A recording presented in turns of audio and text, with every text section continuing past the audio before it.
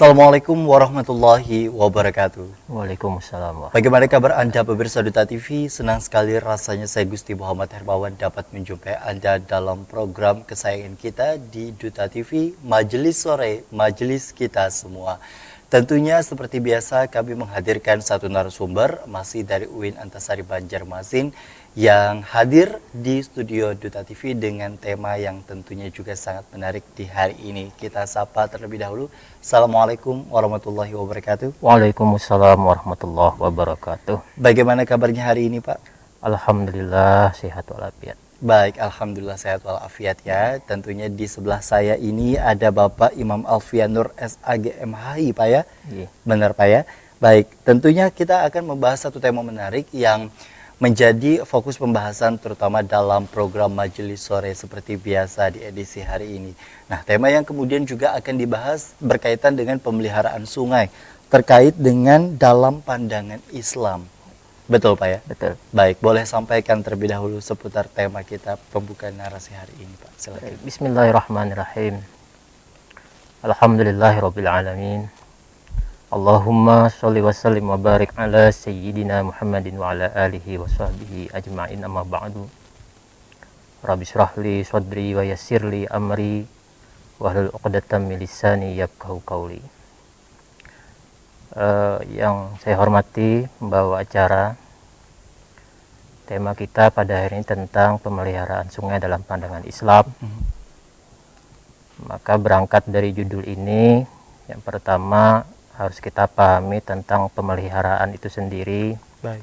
Kemudian sungai itu apa, kemudian lantas nanti kita akan coba bahas secara utuh tentang pemeliharaan sungai dalam pandangan Islam. Kita memahami bahwa yang namanya pemeliharaan berarti ada sesuatu yang dijaga, ada sesuatu yang dilestarikan, sehingga barang itu memberikan kemanfaatan bagi orang yang menjaga atau yang melestarikan itu.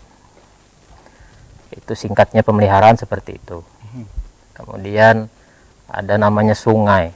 Nah, sungai kalau kita buka Kamus Besar Bahasa Indonesia, maka kita pahami sungai itu adalah aliran air dari hulu ke hilir atau dari dataran tinggi menuju ke dataran rendah.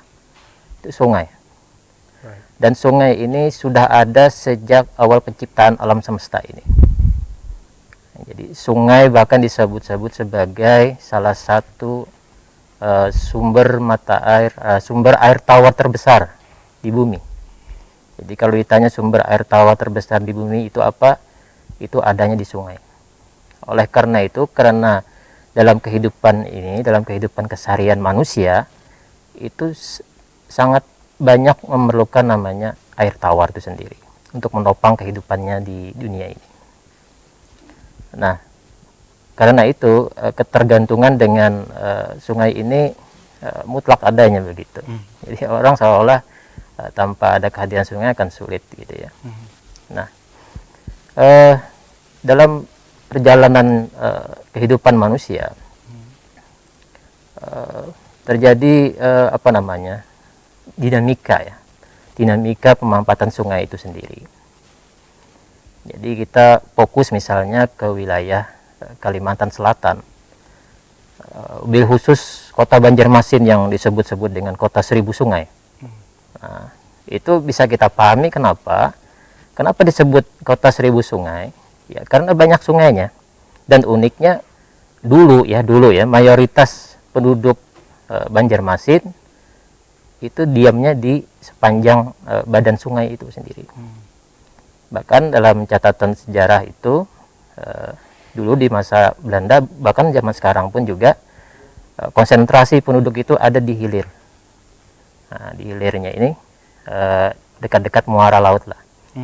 Itu jadi banyak di situ bermukim. Kenapa? Karena fungsi sungai itu sendiri selain sebagai sumber mata air, ya, air minum utamanya, juga sebagai media transportasi, tempat lalu lalangnya kapal-kapal perniagaan begitu. Nah, jadi dulu seperti itu dimanfaatkan. Tapi seiring dengan pembukaan lahan di sekitar sungai, Lalu beralihlah mereka dari kehidupan di sepanjang sungai pindah ke daratan, ke dalam. Maka juga terjadi perubahan perilaku masyarakat itu sendiri. Bahkan uniknya dulu katanya pintu rumah orang Banjar itu dulunya menghadap ke sungai. Nah, karena transaksi bermuamalahnya itu banyak di sungai. Tapi karena ada jalan di depan, yang pintu berubah jadi dapur. Dirubah pintunya menghadap ke darat. Karena saat ini transportasi yang banyak dipakai adalah transportasi darat ketimbang transportasi sungai. Namun demikian, kita tidak bisa dengan perubahan seperti itu lalu menafikan keberadaan sungai itu. Bahkan tanda petik mengotorinya, mencemarinya. Nah, karena sungai itu ada, bahkan kalau tidak dipelihara, maka kita perhatikan ketika musim hujan turun misalnya terjadi banjir karena akibat pendangkalan sungai itu sendiri yang diakibatkan oleh pencemaran lingkungan. Lalu terjadi pendangkalan sehingga air meluap, sungai tidak bisa lagi menampung dan sebagainya. Oleh karena itu, sampai kapanpun sungai harus tetap dipelihara. Bagaimanapun keadaan kehidupan umat yang berdiam di atasnya di muka bumi ini, sungai harus menjadi perhatian. Apalagi di daerah kita, sungai itu kan air sungai itu menjadi bahan baku utama dalam pengolahan air minum. Nah, tentu ini harus menjadi perhatian concern kita bersama. Bahkan sampai hari ini pun masih banyak masyarakat kita yang hidup di sepanjang pinggir sungai itu. Baik. Gitu. Ini secara umum ya. Baik. Tentunya untuk warga Kalimantan Selatan secara khusus dalam hal ini memang kita dianugerahi bagian-bagian sungai terutama di area pemukiman yang tentunya juga harusnya dijaga itu tadi Pak ya. Nah ini kan menarik begitu ketika kita bicara mengenai sungai namun dikaitkan dengan pandangan Islam. Bagaimana dua hal ini untuk kemudian dikaitkan menjadi satu kesatuan dan kemudian juga ini kan artinya juga memerlukan sinergitas untuk semua Pak ya. Kita memang ketahui begitu pemerintah untuk sedemikian rupa lah untuk mengelola kemudian juga menjaga dan lain sebagainya. Tapi balik lagi kadang dari kita pun juga sebagai masyarakat yang memang lalai akan hal tersebut, membuang sampah dan lain sebagainya. Yang masyarakat ketahui kalau bicara mengenai pandangan Islam, hadis yang begitu berkembang adalah an-nazafatu minal iman. Kebersihan itu bagian dari sebagian dari iman. Nah, bagaimana sebenarnya dari tema ini ada kaitannya bicara mengenai sungai dan bicara mengenai pandangan Islam itu sendiri? Islam ini agama yang sumul atau meliputi segala aspek ya. Kita pahami seperti itu. Sehingga masalah lingkungan pun menjadi concern dari ajaran ini. Itu bisa kita buktikan kalau kita buka di bab-bab kitab fikih misalnya, maka pembicaraan awal atau tema yang pertama kali dibicarakan adalah masalah taharah, bersuci. Dan media bersuci yang paling utama adalah air. Nah, jadi sungguhnya Islam itu menaruh perhatian besar dalam hal ini karena air itu fungsinya untuk mengangkat hadas dan membersihkan najis.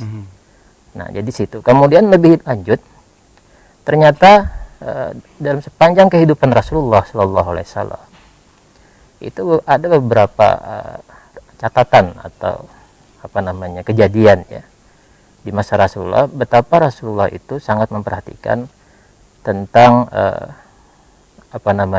kebersihan air. Nah, misalnya ada larangan begini, Rasulullah itu melarang kita untuk buang air kecil besar di air yang mengalir. Dilarang.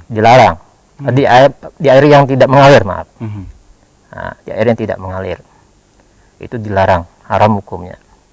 Kemudian tempat berteduh juga tidak boleh. Nah, itu satu bukti ya. Kemudian di sisi lain misalnya satu ketika ada permasalahan antara dua orang sahabat Nabi tentang aliran air sungai yang digunakan untuk mengairi sawahnya atau ladangnya. Nah, di satu pihak itu tidak ingin mengalirkan airnya gitu. Padahal aliran air yang di sebelahnya itulah satu-satunya sumber untuk ladangnya begitu. Kemudian diadukan Rasulullah, akhirnya Rasulullah memutuskan untuk mengalirkan air itu. Nah, kemudian juga dalam fikih mazhab juga disebutkan kalau misalnya di suatu ladang itu ya, ada pengairan yang diambil sungai itu tingginya sekitar berapa jengkal itu atas mata kaki, maka itu harus dialirkan airnya ke tempat yang lebih rendah di sebelahnya untuk mengairi. Nah, ini ada satu catatan penting. Bagaimana pandangan Islam terhadap fungsi air sendiri, kedudukan air. Jadi air ini sebenarnya salah satu benda sosial milik bersama. Itu yang penting. Jadi tidak boleh ada orang mengklaim air sungai itu milik saya, tidak boleh. Tapi itu digunakan untuk orang banyak. Baik. Nah, jadi begitu. Yang menjadi digunakan dalam keadaan banyak dan jumlah yang banyak inilah yang nanti kita akan bahas Pak ya. Karena kebiasaan orang Banjar yang ibaratnya sudah turun-temurun menggunakan aktivitas sungai sebagai mandi, cuci kakus dan lain sebagainya. Ini nanti akan kita bahas di segmen selanjutnya. Tetaplah bersama kami di program Majelis Sore, Majelis Kita Semua.